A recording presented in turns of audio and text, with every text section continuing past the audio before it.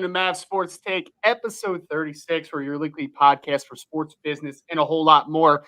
Here we tackle the business of all the news you hear about in the sports world.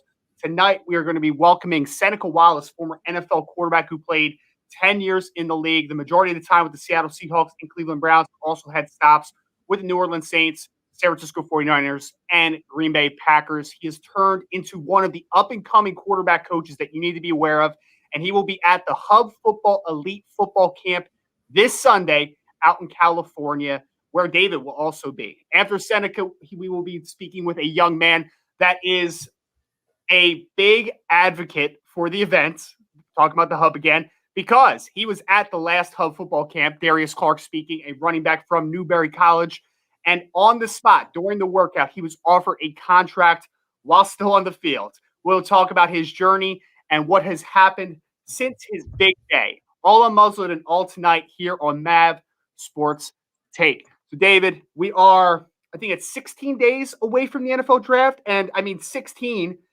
it's such a low number when you compare it to David Turner, who was around the NFL, Arena League, and CFL for 18 plus years. I'm talking with a man, the myth, the legend in the scouting community, the front office executive community. How are you, my friend? I'm doing well. I always laugh when you do that. It's just like, no, there's no myth, there's no legend, there's just DT. But it's you know what, exciting time in the NFL. The pro days just kind of summed up, got done. There's some fine tuning. We saw like Giovanni Bernard get signed today, and a few other players getting signed up. So people are trying to sew up their rosters before the draft hits, and really reading the tea leaves are getting closer and closer, and all the lies are out there on who likes who and who might do what and what position they're going for. So it's a fun time of year. The next couple of weeks are going to be great.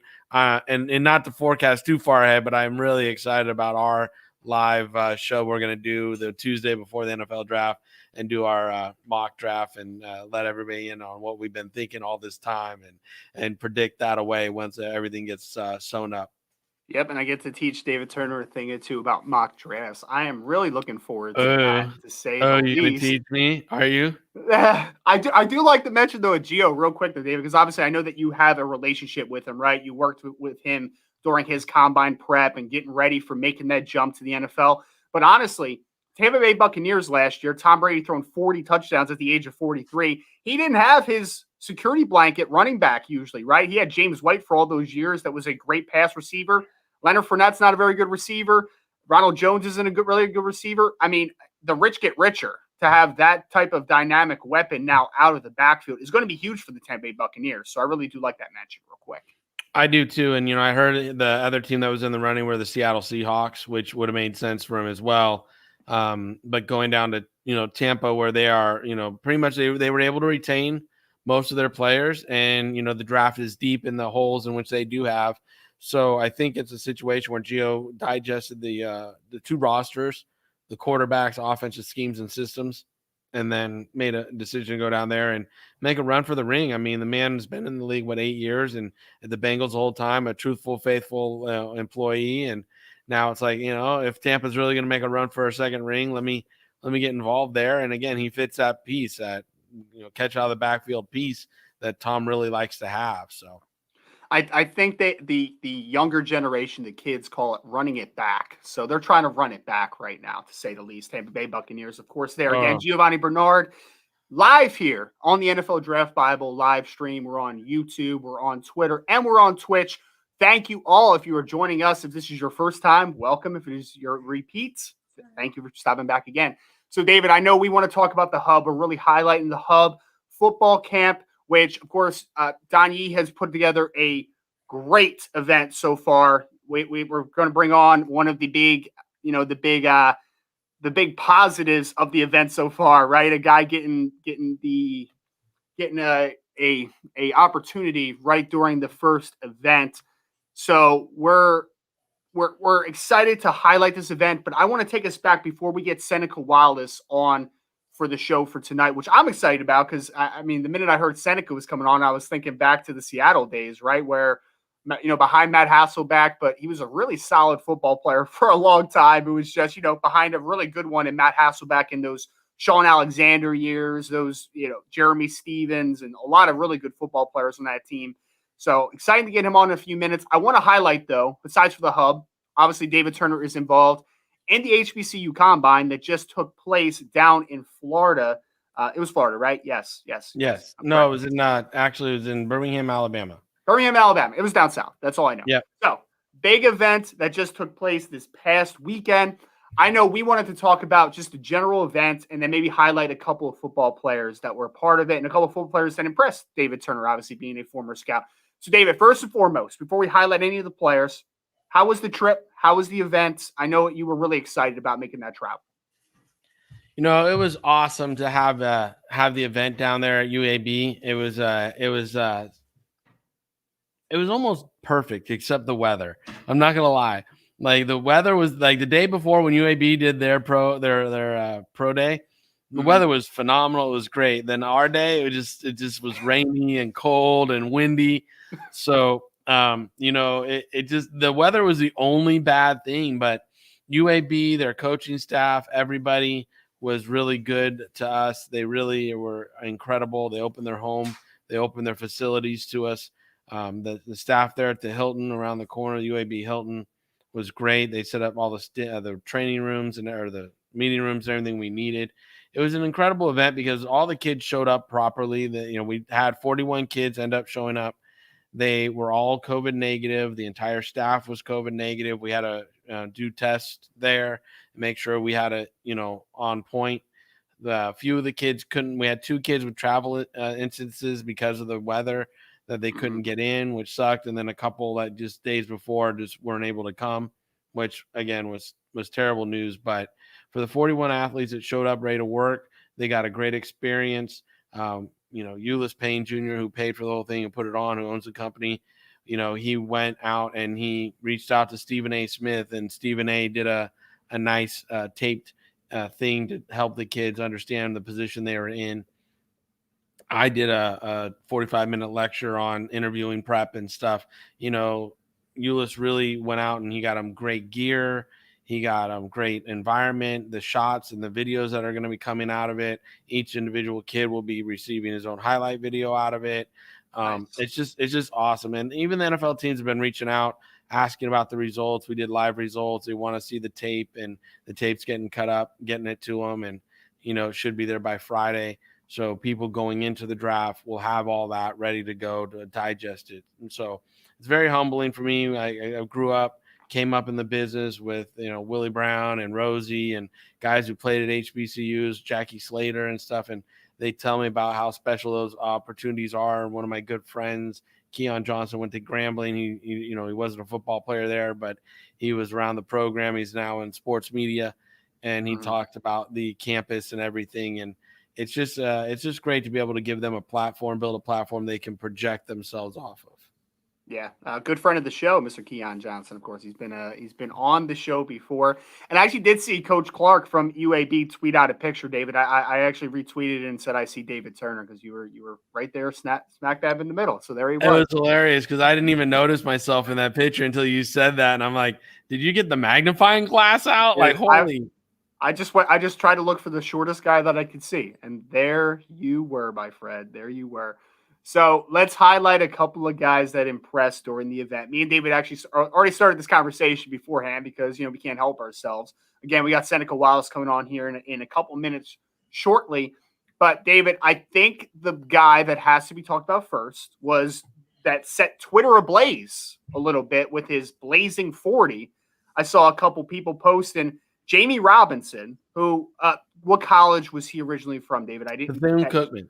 Bethune-Cookman. Okay, so Jamie Robinson, I think he played running back and wide receiver, is a little bit of a hybrid player. And I saw 2 stopwatches. One said 4.28 and one said 4.32. So pretty impressive day for Mr. Jamie Robinson. Well, and he also jumped 11.2 and he verticaled 40 and a half. And I want to say his 3-cone was sub 7 and his short shuttle with a slip was a 4.22. His second turn was a slip. If he didn't slip on the second turn, he probably would have got a nice 4.0 something, in there. So it was he had a really impressive day, caught the ball well. We had worked him out at receiver, not at running back. He's a 5.076 type guy, 5.080 type guy, weighed in at 175, but he benched 16 times. Now, he pressed it 18 times, but he didn't lock out for 2, so I took 2 away on him. But he did press, at 175 pounds, 225, 16 times clean. So, again, he had a heck of a workout, really great. He kind of reminded me more of a Delvin Joyce that we had up there in New York years ago, but faster. Delvin never would have ran a 4.28 or a 4.30, but he was a 4.42 type guy, so he's a little bit behind there. But Delvin was a 5.072 or a 5.077 type guy, right there where Jimmy is.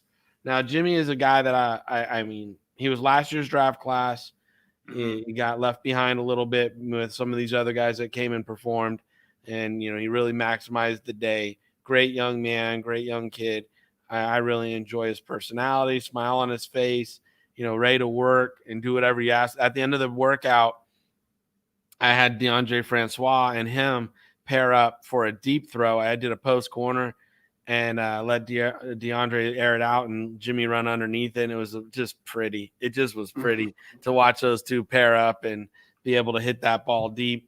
So, there was him and like I said, Deandre was there. Deandre didn't do any of the running. He did, I think, a broad jump. I think he jumped 10-2 or something like that to get that on the books. Yeah. It was, and then he threw the ball extremely well. His velocity, his setup quickness, his release quickness, all that stuff is really, really something. So, it was fun to watch Deandre work again. I've seen him one other time work, and I think he's actually coming to the Hub this weekend to do some more work. I mean, he's a kid who flies across the country whenever there's an opportunity.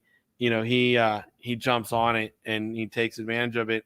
Then we had guys like Hunter Register, and Hunter started his career at Minnesota, finished up at Southern. He measured in about 6'3" and a few eighths, and I think he was 217, 31 and a 3/8 arm or 5/8 arm. 9 and 5/8 hand. He was another guy. He ran a 4.4, 4.44 and a 4.47, and really smooth catching the ball. And he's a big receiver. If anybody's out there looking for a big receiver who can run a 4.40 or 4.44, 4.47, I mean, weighing 217 and being 6'3", yeah, it's like why not give this kid a shot? And another great attitude. Broad jump 10.4, vertical jump 37.5. So he did all the measurables, caught the ball really well. I'm excited about for these few kids, and there were more. If we have time later in the show, we can jump on them. Yeah, no, absolutely. We definitely want to highlight a few more players.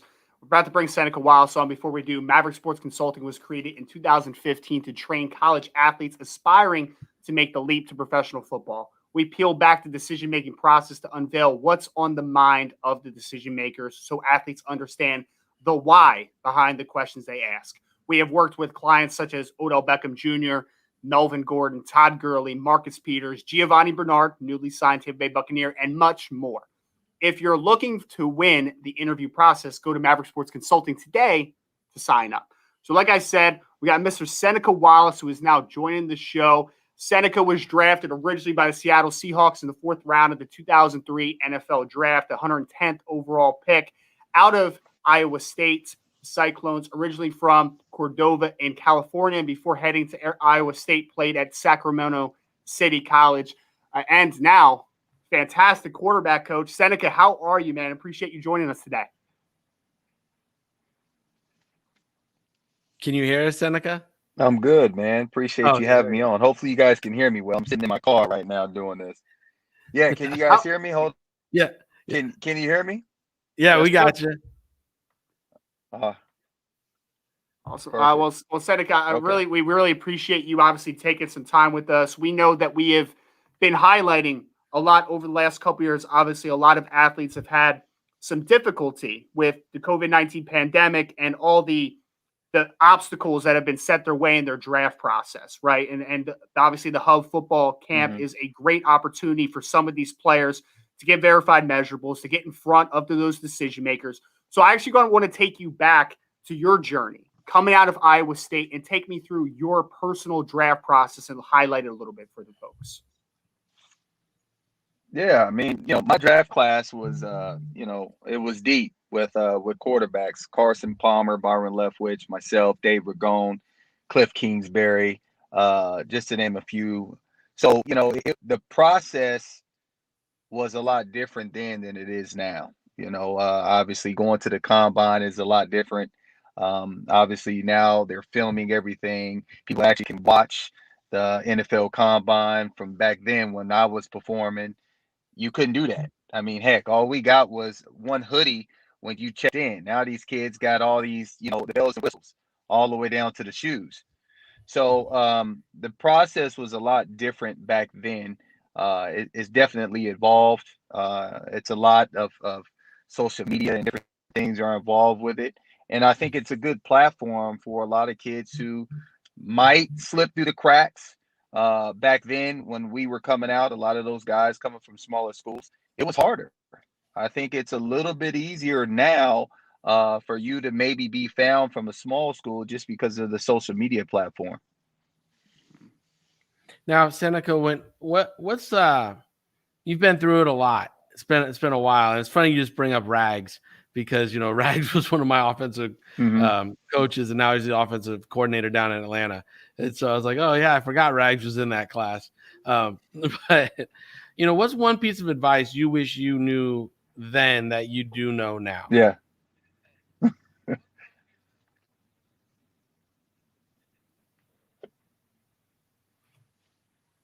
Hold on. Say that one more time. I'm sorry.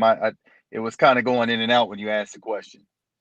I was just saying, what's one piece of advice that you know now that you wish you knew then going through the whole process of getting drafted?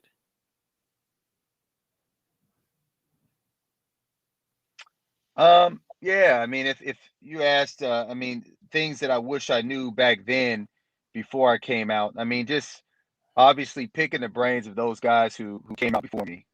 I think it's hugely important to kind of understand the process.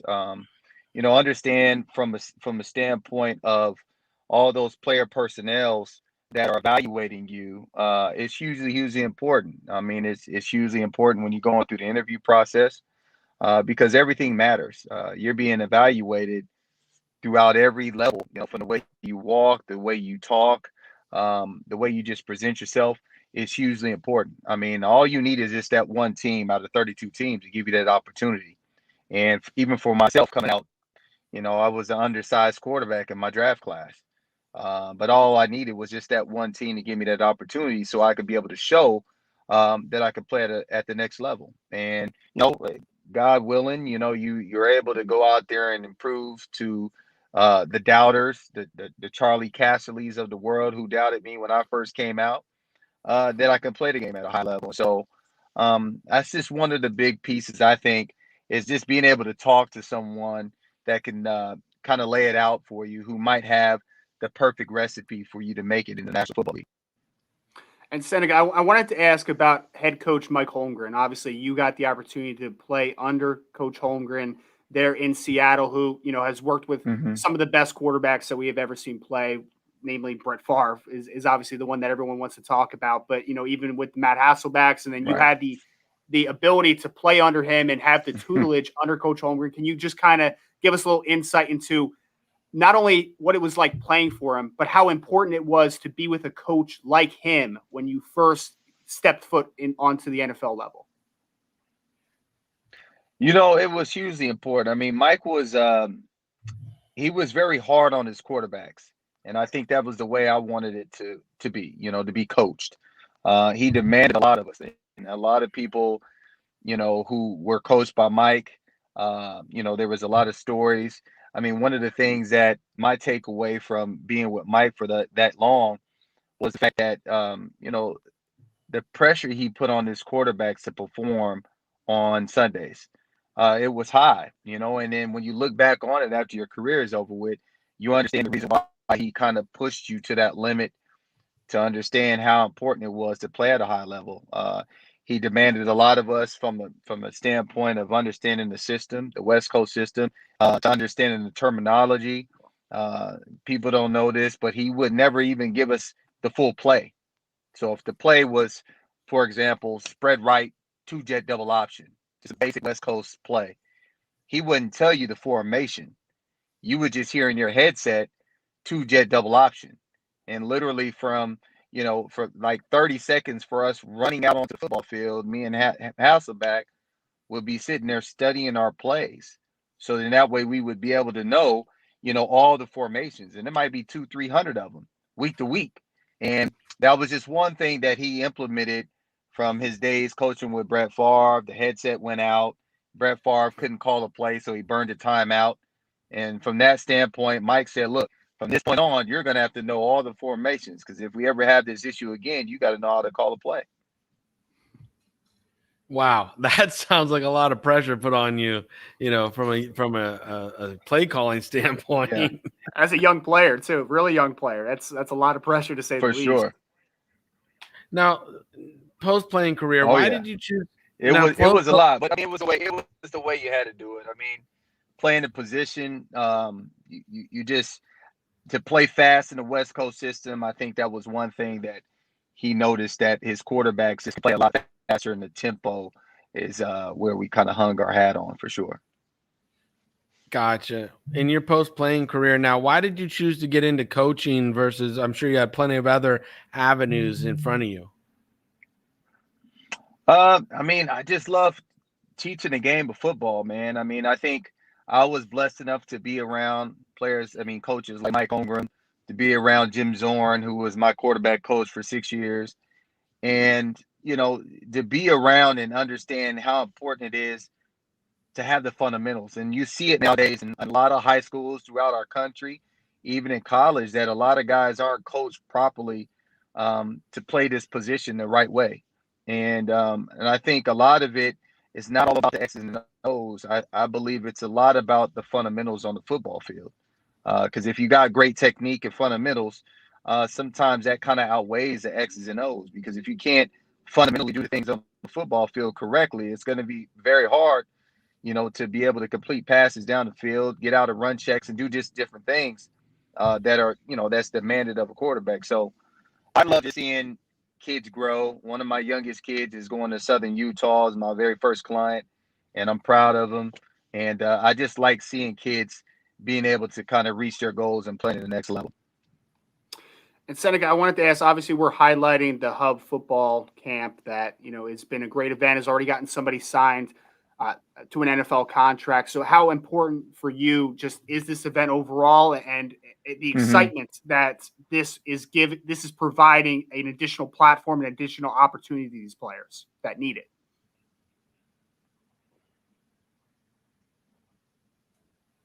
I mean, it's huge, man. I mean, because there's no other avenue out there. And my agent created this deal, Don Yee, and there's no other avenue or space out there that can allow players who might slip through the cracks, or players who just might not have made it and got that opportunity or that shot that they need. This is just another way for them to continue to kind of keep reaching for that career in the National Football League, to be able to go out and just perform. I don't care if it's in front of 5-6 scouts. I don't care if it's Canadian scouts out there for the Canadian League. It's all about that opportunity. And guys that just want to continue to keep playing football and they love playing the game, it's just a way for them to do that. And I think this is the only way that they can do that, because if you're not being able to showcase your skills in front of scouts, they're not just going to come knocking on your door saying, hey, man, do you still want to play, and calling you. So I think this is a way to show them that you still got the skill set, for them to be able to still talk to you on the side and kind of see where your mindset is.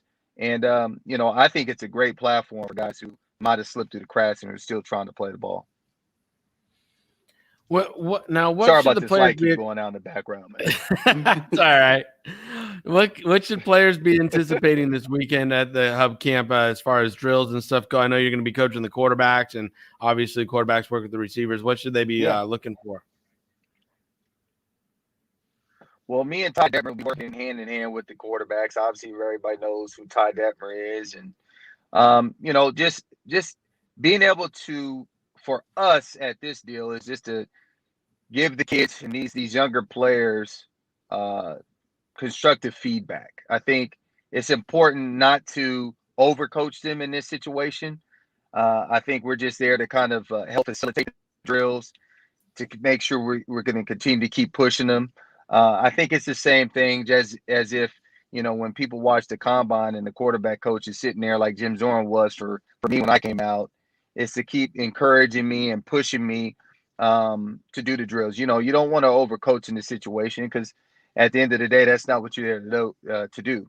We're just there to help facilitate the drills, encourage these players, be a sounding board for them if they have any questions along the way, and just make sure that we have a great time while we're out there. Because at the end of the day, we're helping facilitate, and they're trying to live out their dreams and trying to hopefully get signed to a team and get back in the National Football League or the Canadian League.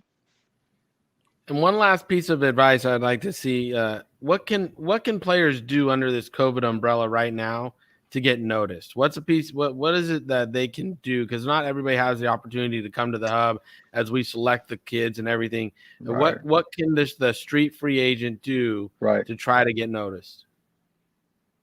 Ooh, that's a good question, man. The street kid. I mean, I think honestly, man, I mean, if anything, it's social media.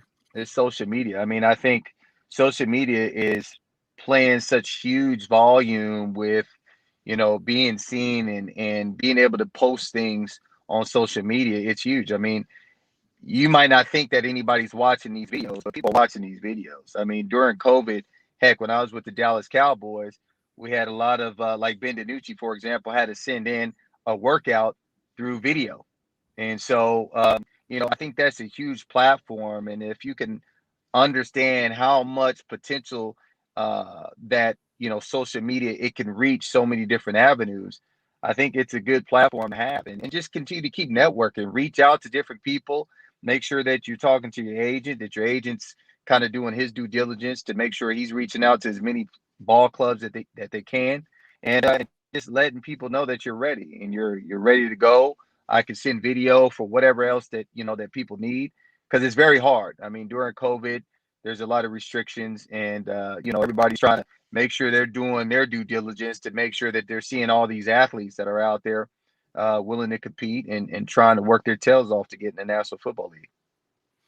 So again, we are joined here by former NFL quarterback Seneca Wallace. Now, quarterback coach, you can see him out in California this weekend at the Hub Football Camp. Seneca, we appreciate you so much for taking some time. We're going to give you a 30-second window here if you want to shout out any social media handles or where anybody could find you and continue to just, for you to push the envelope to give some kids their dream ultimately. Oh man, I mean, for me, I let a lot of my stuff. I tell people this. I do my stuff organically. Unfortunately, I'm not huge on social media. I do have a Twitter page, but for me, it's the passion that I see when these kids are working, and I continue to keep pushing myself to the next limit to continue to better myself as a coach and a mentor. And for the people that are listening that are in Iowa, I don't know if you got any people in Iowa following you. My wing stops, go try some wing stop for sure, because I own them up in the Des Moines area. But I just want to continue to keep pouring my passion into the game of football and for quarterbacks. And this weekend, have a great one at the Hub. So we look forward to it. Well, we appreciate you so much, Seneca. We'll definitely have to have you on maybe one day in the future after one of the Hubs just to kind of get an update on everything. But we appreciate you taking some time tonight.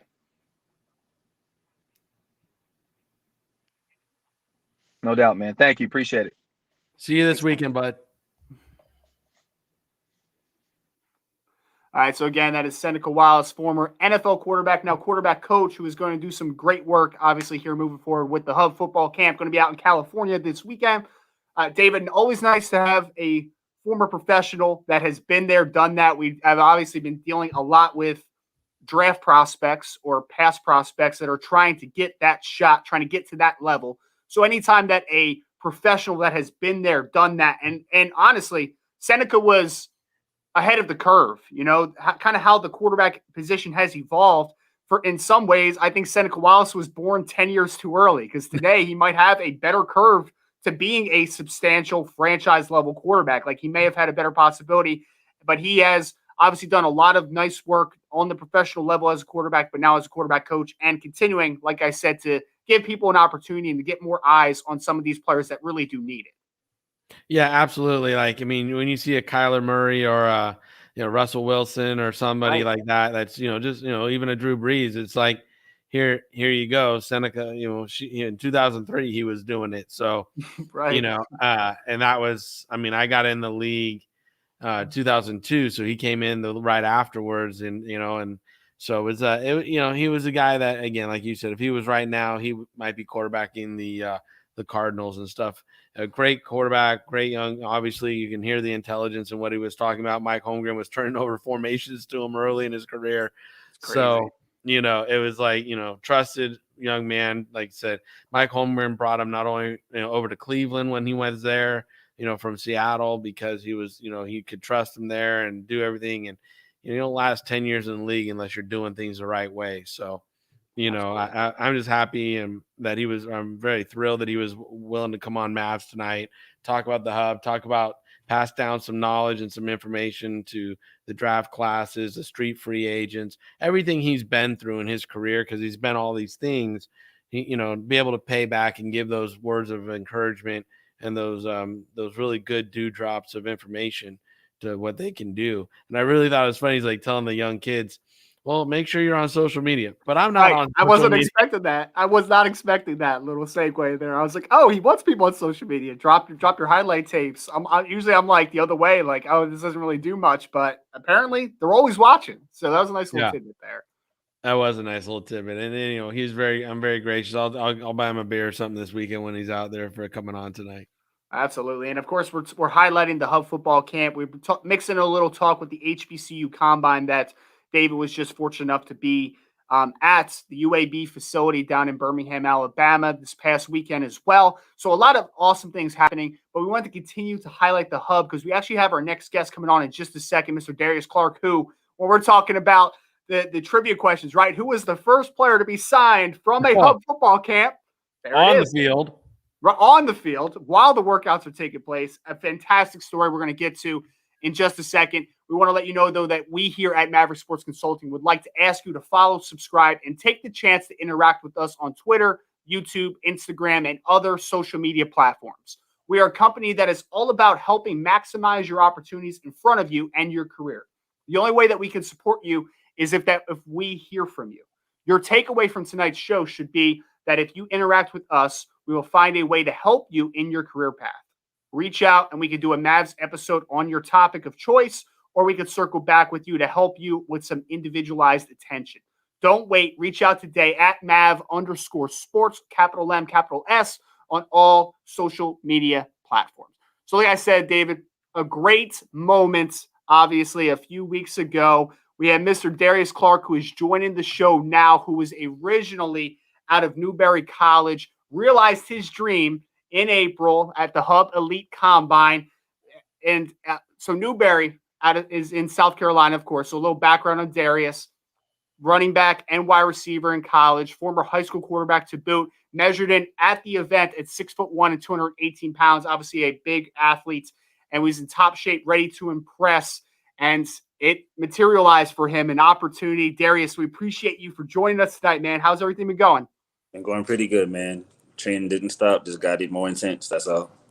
It's like a turning the page, right? You got that big opportunity. I'm sure it was a fantastic moment for you, but now the real work starts, right? So it's just the turning of a chapter, which is fantastic. Before David gets in on the first question, man, I really do want to congratulate you because obviously David was there, witnessed the great moments, but that was just a fantastic story to see, a success story like that. Tell our listeners what it was like growing up on the island there off of South Carolina. I know you've told the story a bunch, but I really enjoy the story, and I want our listeners to hear it. Okay, so I'm from a small town on the outskirts of Charleston, South Carolina. It's called Watermalaw Island. There's literally one way in, one way out, nothing but trees. But it's a good area, quiet area, surrounded by a lot of family. So my support system was real strong growing up. I went to a small high school, 1A high school on Johns Island, which is 15 minutes from that island. And out there, I grew up playing quarterback, and it being a 1A school, you had to literally play everything. So you had to play wide receiver at times, running back, kick returner, everything. So you kind of already was learning how to stay in shape and prepare yourself in multiple positions. And then going from there, got to Newberry, and history kind of wrote itself out in my position. Darius, I want to get into the Newberry career. Real quick, correction on my part. Not the first Hub participant to get signed, but the first one during an event in the middle of the workout. So I want to throw that out there real quick. Darius, I want you to highlight Newberry a little bit for us. For those of us that aren't too familiar with the program, can you just highlight maybe some of your favorite moments while a part of the school? I would say the relationships I built with some of my teammates. That's the strongest thing I can get from Newberry College. They taught me a lot. Being there, I was able to test my versatility. Like I said, I played kick returner there, wide receiver, running back, all 4 courses of special teams. I take pride in special teams for a reason. It's just I love running down and being the first one down the field, making contact, running through defenders, around defenders. It's just helping the team any way I can. So that's kind of why, I'm a solid running back. I'm more than one position, and I take pride in being a versatile player. Now, what do you emulate in your running style? Like who's a guy or a player that you try to emulate as a running back when you're running the ball? It's a few guys I've been watching growing up. Adrian Peterson was one. The way he runs the ball is very aggressive runner, runs with a purpose. Alvin Kamara, Christian McCaffrey, of course. He's one guy. Just every play, he's gonna give you everything he has. I highly respect those guys. And now, Derrick Henry. It's a few guys. One in particular, running back, that I also watched a lot of growing up, LaDainian Tomlinson. He was a serious running back. Yeah, LT was serious. I got to watch him from the Raiders' point of view, which we did not enjoy. And Darius, one of the guys you mentioned, Christian McCaffrey, obviously now you signing with the Carolina Panthers. How cool is it to know just a guy that you have emulated to a degree, at least watch very closely? You're going to be teammates with him here very soon. Yeah, I'm ready to meet him. I haven't met him yet because he's been traveling back and forth training, but pretty soon I'll meet him and I can study him and see how he does what he does and learn things from him and carry over into my skills and my game. Mm-hmm. And I want you to kind of take us through the maybe days leading up to the Hub events, obviously where you were signed. I know it's something where I'm sure there's nerves. I'm sure that you're very anxious, obviously, to the event for the opportunity to get in front of the decision makers, get in front of scouts, to have that opportunity potentially. Lead us up. What was your mentality going into that event? For me, it was just giving it my all. I've been, when I met Mr. Turner, I would constantly text him like almost every week, every other day. One, to check on him and see how he was doing, and the other just to, where's the opportunity? Where's the workout? Ready. And when I got there, I was, expecting a lot more, like as far as the 40 and everything. So that kind of, caught me, by surprise. But I told myself before the workout, every day for a week straight, I said, something has to happen here. I'm going to impress somebody. I don't know who it's going to be, but somebody has to really acknowledge my talent the same way that Mr. David Turner did. Happened.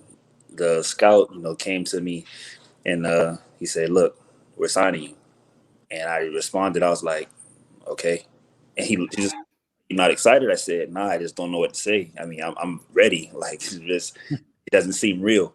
And I went to my agent, told him the same thing, and he just started laughing. And then the first thing I did was I found Mr. David Turner and gave him a big hug, because this wouldn't have been possible without him.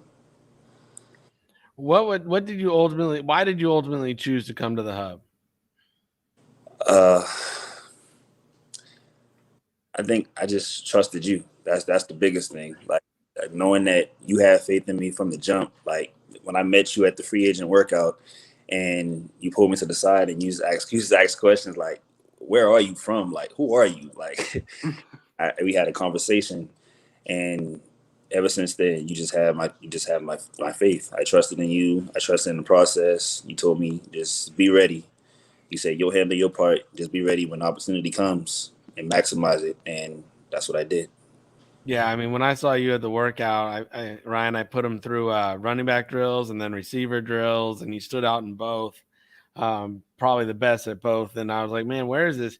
He weighed in at that day like 230, and I told him to lose some weight, and I was just like, you got to lose some weight, cut it up a little bit. And he's like, all right, I'll do it. Just find me another opportunity. And I was like 6'1" and 230, and moving the way he moved, and the natural soft hands. I was like, where's this kid been? Because this is distinguishing himself. And then we got him out there at the hub, and man, he, first drill, like all the scouts were like, wait, where's this kid been? And that's why I love this story. Is we've heard the difficulties that has been surrounding the draft process over the last couple of years with the pandemic and everything. But I mean, you are a true example that no matter where you come from, all you need is one opportunity. And as soon as you get that opportunity, obviously you take full advantage of it. And I want to talk to you, Darius, a little bit because you already highlighted so the scout came up to you, we're signing you. It was surreal. Like, I don't know how to react, right? Like I go to my agent, I still don't know how to react. But the deeper lying meaning to that moment, I'm sure that this has been a dream for you to play professional football for your entire life. So kind of maybe more from a macro view, that moment when you really take a step back and just appreciate that this is something you've been working for your entire life. I would just like maybe if you could try to encapsulate it. I'm sure you can't, but if you can, just a little bit of that moment.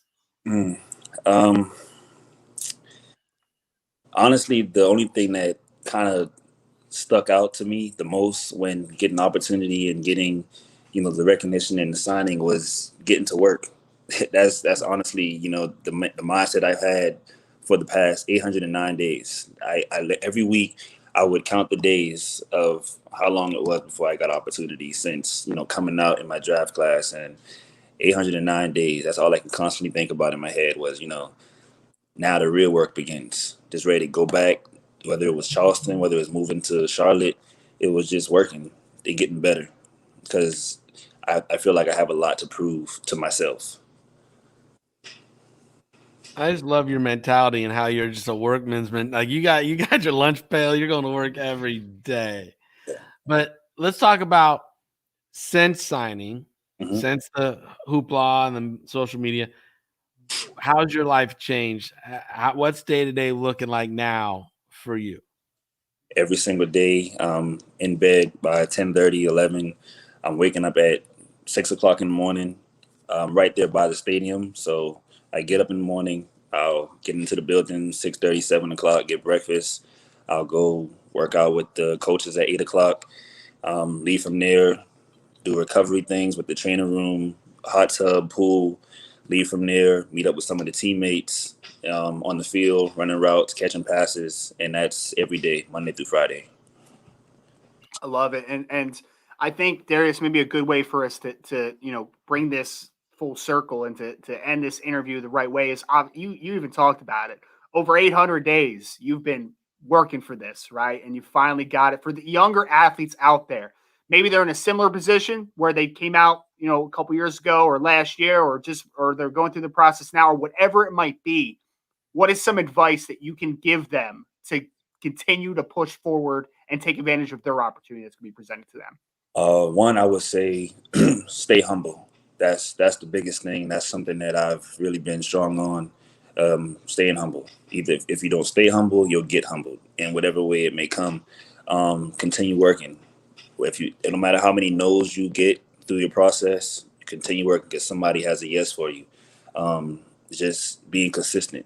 You can't work hard one day or 1 week and then you take a break or you take a vacation. Even if you take a vacation, you need to work. Find something to do, lifting weights, jogging, running, stretching, something. Literally 800 days, 809 days to be exact, I've done something. If I haven't been lifting, I've been running, stretching, trying to eat right, whatever it is. You just have to be consistent and continue working hard, and it's going to pay off in the long run. Well, again, we're here with Darius Clark, former Newberry running back, wide receiver, now Carolina Panther and Hub participant here just recently, getting that big opportunity. Such a fantastic moment. Darius, I want to kind of give you the floor here. you want to shout out some social media handles, if you want to do that, or if you want to give the Carolina Panther fans out there that might be listening to the podcast a little preview of what they should be expecting from you. Darius Clark _ is the Instagram handle. Once again, I just want to tell Mr. David Turner, thank you once again. I know I tell you that enough. I tell you all the time, but yeah, you made this happen and it's going to pay off. But for the Panther organization, it's just you have someone that is driven, that works hard, that does what's necessary to be successful. And now that I have the opportunity to show the world and show the Panther organization what I can do, in my mind, I really believe that we have a chance this year to go all the way. Super Bowl.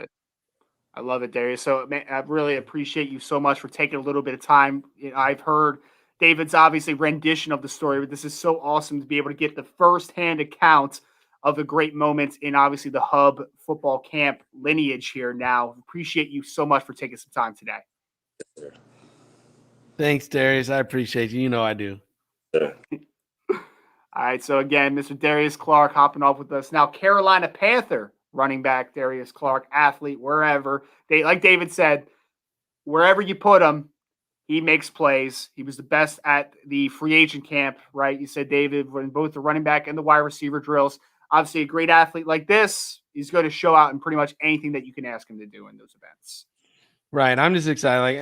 Like I said, he came in at 230 at the free agent workout, and I said to him, hey, you need to cut down, get to 222. He went all the way down to 218. He ate right. He did it right. He came in looking good. I went over to him when he was in warm-ups. I said, hey, lift your sleeves up going through the drills. He's like, why? I'm like, because they need to be able to see those arms. And he's like, okay. And so you see him over there rolling up the sleeves, and they're coming out. And for a big guy who's 6'1", and I heard the Panthers are going to ask him to play about the 222 mark.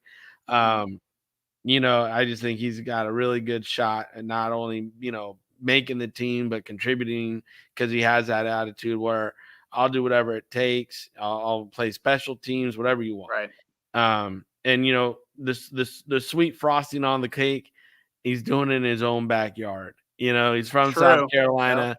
He's just up this road. I think it's a 3 or 4 hour ride for his mom and his little sister and his grandma to come watch him play. And, if he can do it there, I mean, it's just there's so much to the story that's just awesome. And I hope people keep listening to it, keep telling it, because over 800 days from his draft class, he believed in himself. He pushed himself. He lifted weights. He stretched. He ate right. And then he took 800 days, 2 years for him to get noticed. And he wouldn't have gotten noticed if he didn't stay on the grind and stay ready to go. So that's a testament to his tenacity, his integrity, his intelligence, his belief, and his passion for football and for himself. So I just commend him a great deal. Well, yeah, obviously he spoke about his versatility. He spoke about his kick return experience. You could tell that he is a guy that was going to be a core team special teamer, that he's going to scratch and claw literally to do whatever it takes to make that football team. And in his own backyard, it's such a phenomenal story. They can make a movie about this if they wanted to, honestly. This is a feel-good story right here. Wishing him obviously the best. So we thank him so much again for taking a little bit of time with us tonight. Fantastic story. And obviously, David, I want to just highlight real quick before we get back to some of the HBCU show-outs down in Birmingham, Alabama. Let's highlight the Hub camp that's coming up this weekend out in California. Can you give us just a little bit of background on what people that aren't too familiar with it should be expecting with an event like this? Sure. What I love about the Hub is that it's a selection process. They've hired me and Draft Bible and evaluators to select the elite players that are currently on the street, go find them and put them in this camp. They're only doing 10 players per position and only 6 quarterbacks at a time, so the reps can be fully evaluated, digested, and they're not wasted on just anybody. You can't walk up to the gate on Sunday morning and say, I want to participate, here's my check. It doesn't work that way. And there's a whole selection process, which I like a lot about this event. it makes it worth the team's while to come and participate and be there. We'll have, I think, another 5 or 6 NFL teams at this one, even though it's close to the draft. They're still committing player personnel people to be there, some scouts and stuff. And then I know we have 4 or 5 CFL teams that will be there as well. So, I mean, think about it. You're going to be walking on the field and have 9 professional league scouts looking at you. It's not like getting invited to the Jets where only one team's evaluating you. You're walking on the field. And we also send the film to all 32 NFL teams and all the CFL teams when we're done. So you get put on the field, put through drills by professional people like Jeep Chris, Dwayne Board, obviously Seneca Wallace. And then once they're done with, running you through your drills, it gets videotaped, sent to the NFL teams. All the measurables are reported to them, and myself, I'll be writing scouting reports on the top performers. And those are going to the NFL teams. Just so, my trained eye will be on them. We're all trying to create, everybody in their heart of hearts was trying to create more Darius Clarks, because there are people on the street that are just being overlooked for whatever reason. And right now, one of the big reasons the NFL can't put people in their buildings to have a lot of workouts because of COVID protocols. So here's a spot where we can put, I think we have 56 players coming this weekend, 56 qualified players to play in professional football. And, where else can you find that kind of event? Donnie is really, he's a forward thinker, him and, Jamie and Tom Goodhines and stuff. They really have developed a great quality product. And I'm just very fortunate they allow Mavericks to be part of it. Absolutely. I think that's a great way to kind of, segue into HBCU because Don Yee is obviously putting out a great event. Should look forward to many more players being signed at the Hub football camps coming soon. Obviously out in California this weekend. David Turner will be in attendance. David, we started talk before we got Seneca on about some of the HBCU standouts at the event at the Combine, the first annual, right? Can we call it annual? Because it's going to be a thing for years to come. So we talked about Mr. Robinson, running back wide receiver out of Bethune-Cookman. We talked to you mentioned Deandre Francois, of course, former Florida State quarterback that ended up at Hampton. Talking about Hunter Register, who was a Minnesota football player that obviously ended up at Southern. One guy that I need to talk about because we talked about him before we started, and I was almost stunned that he was a wide receiver at 236 pounds. Tristan Wallace, who you said ran 4.44. Is that what you said? No, Tristan ran 4.49 at the Prairie View. You're right. At the Prairie View Pro Day. But for us, when he didn't want to come on and mess that up, which I totally respect. At 236 pounds, running 4.4s, like put that into perspective for a second. That's pretty insane. Yes, absolutely. And so for when he came out and he performed for us, he was a 2021 draft class kid. He was 6'0", 236. 81-inch wingspan, 34 and a fourth arm, 10 hand. Okay. And then he did a short shuttle at a 4.25, a 3-cone at a 6.88, vertical jump 36, broad jump 10-10, and bench press 14 times. Those are like 3-4 outside linebacker numbers for the most part. Like 236-pound man with that type of 3-cone and those long of arms, like that is a dream. And he's playing wide receiver, which right. And he looks the part. He's not pudgy. He wasn't fat. He's just all muscles, very thick lower body where he carried a lot of the weight. But again, it was a situation where when you're evaluating them, it's an NFL style body, hands, arms, everything. And he moved really, really well through the drills, in and out of his routes, was able to bend. Obviously, it's 6.88 3-cone. You don't do that unless you can bend and get around, the cones. So, yeah, I mean, he was very impressive as well. Yeah, and obviously that size is really intriguing. I wouldn't be shocked if some NFL teams just talked about this a little bit. I know you say he's a wide receiver, but like maybe an H-back, use him in different ways in the slot, motion him a little bit. Like using that type of size in the slot for me is a big potential that I would be very intrigued about. So player to keep an eye on for sure.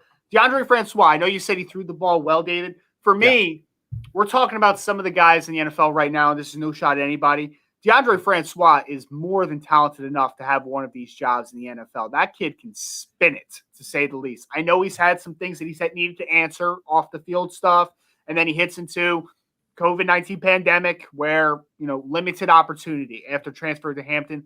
But the kid, from a talent perspective, can definitely play at the next level. I don't think there's any doubt about that. No, there's not. And honestly, if Sean Payton had this kid, he would be so excited to have him. I mean, the way he moves in the pocket, the way he works the pocket, the way the ball comes out of his hand. I mean, this is a guy that could walk right in that locker room and really compete. Like, not just, to be on the team, but compete. He's a professional. I've dealt with this the third time I've been around him, and he's been a professional every time. Even warming up to for the event this weekend, he wasn't going to run the 40. He already told us before he got there, I'm not going to run the 40. So while we're over there handling the 40s, he's warming himself up. He's going through his stuff. He has his routine, not bothering anybody. Found a space on the field where he was out of the way, just making sure when we say, hey, you ready to go? He could just turn around. Yep, let's go. So again, if I was a GM right now, I would have no problem bringing him in and signing them and letting them compete, with everything I know about him and everything I know about the situations and everything. He's a really solid kid for sure. There's another one I want to hit before we run out of time, though, because it was a surprise to me. He was definitely a surprise to me. I didn't know him going into the event. His name is Keon Smith, offensive lineman. I know Keon. Fayetteville State. I know him. Go ahead. Yeah, a 22-year-old kid. And now he was 6'5", 318, 81 and 7/8 wingspan. Yep. 35 and 1/8 arm. Pretty good. 9 and 3/4 hand. He ran a 5.22 and a 5.32 in the 40 for a big man that's moving. Yep. Let's see, what's his 10? His 10 was a 1.77 twice. Yep. Okay. 3-cone or short shuttle was a 4.66, whatever. 3-cone was a 7.6. It doesn't matter for big guys. But his bench press was 18 with 35-inch arms. Right. So he was moving it. And in the pass set drills and the moving, like a guard drills that we do, the range, everything, he understood how to kick right, stay half man in front of people, punch at the last minute, keeping his hands high, weren't dropping them, weren't loading them, coming around the cones on the pools and everything, on the stunt games we do. His pad level was low. He understood leverage and everything. So he's a guy that I would not be surprised if someone in this year's draft wound up saying, hey, you know what? 6th, 7th round, we're going to take a flyer on this kid. Yeah. I mean, we talk about the measurable aspect of everything, right? And why it's so important to have that length at offensive tackle. 35 plus inch arms is bananas, dude. Like that is rare length at the position for a guy like Keon. And one thing I liked about him, David, I actually saw a few pictures of him like a couple months ago because he was a guy that I was aware of. He wears that weight well, man. That is not a sloppy frame. That's a nice, solid looking frame. He's well proportioned. He is a good looking athlete. No, absolutely. Wore it well, carried himself with good, there was a Michael Johnson that kind of was getting a little bit more hype because of the way he Savannah looked. State, right? Savannah State. Yep. And, he came in, he's another big, good looking guy. Right. Yep. And Keon was right behind him in all the drills, and he caught our attention really quick in them. Mm-hmm. And it was like, man, call me nuts, but this Keon kid really, I think he can play. And, I like I said, I'm writing up about 10 of the kids, reports on him, and he's definitely one of the kids I'll be writing up. And Michael Johnson will be too, because, Michael did well. And there were some good kids there, and there were really some ones that I enjoyed being around and showed their personality and understood the process and, really handled themselves with the professionalism. So, it was really something kind of cool. And the last one I'll highlight before we get off here. Can I guess who it is?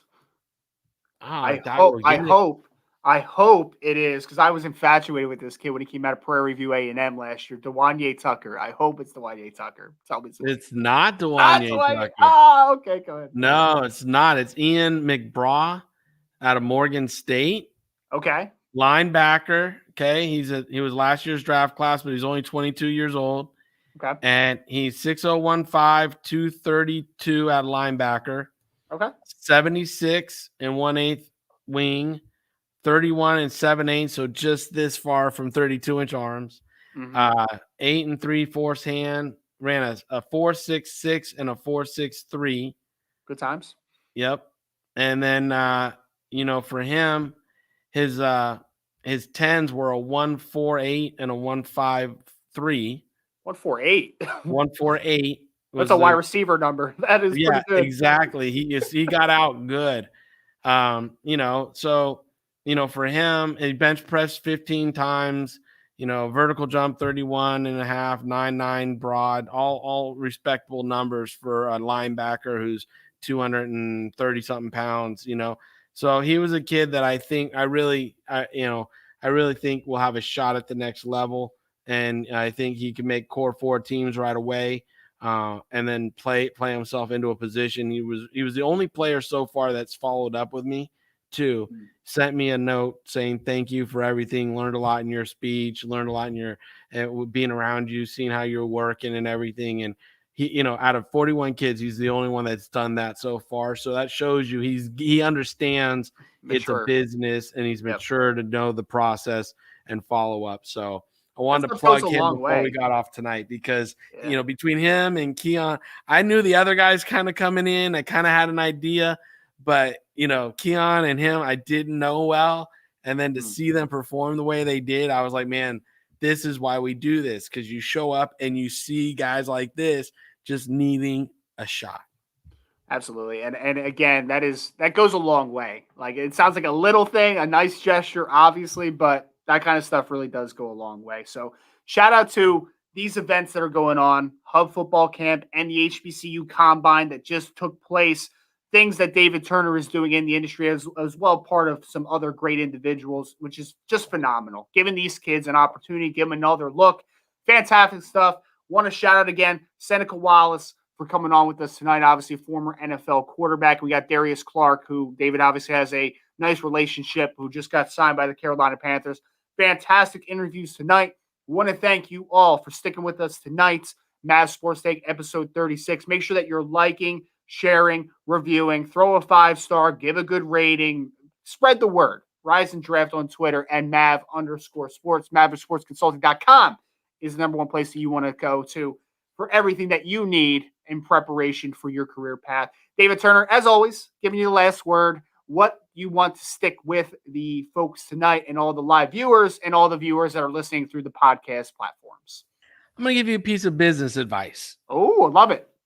I'm going to close tonight. I could go several ways, but tonight I'm going to keep this business. I'm going to go business advice. If you're communicating with somebody, don't assume they know what's going on in your head. Lately, I've had a lot of agents text me, hey, what about Andy? What about Ben? What about this? I don't know who they are. You have to say, my wide receiver, Andy, who I spoke with you last week about, who went to Oklahoma State. Or if you're a young man and an athlete, don't treat me like I'm your bro or your man. Because I'm a friendly guy. I know you can get that cloudy, but it's still a business transaction you're trying to have. Whether that's get on my good side, so I call a team for you, or it's working with me inside the framework of Mavericks to achieve your dreams. It's all inside a business environment. So when you're approaching young men and young women in positions of power, the decision makers, make sure you keep it 100 business, because as soon as you let your guard down and you think that they're your friend, that's when you're going to get tripped up in this business. So stay 100. And honestly, business communication skills really need to improve. The last few weeks, they've been really bad. And not just from the players, from the agents too. Free business advice here on Mav Sports Take. This usually costs you money, folks, but you got the free little tip here from David Turner. Shout out to everybody again out there in the Twitterverse, in the YouTubeverse, Twitchverse. I don't know if that's a thing. Shout out to everybody, though, for listening. Again, rate, subscribe, to the podcast on any podcast platform. Go to Apple Podcasts right now. Give a 5-star review. Appreciate you so much. We'll be here same time, same place next week. Thank you all.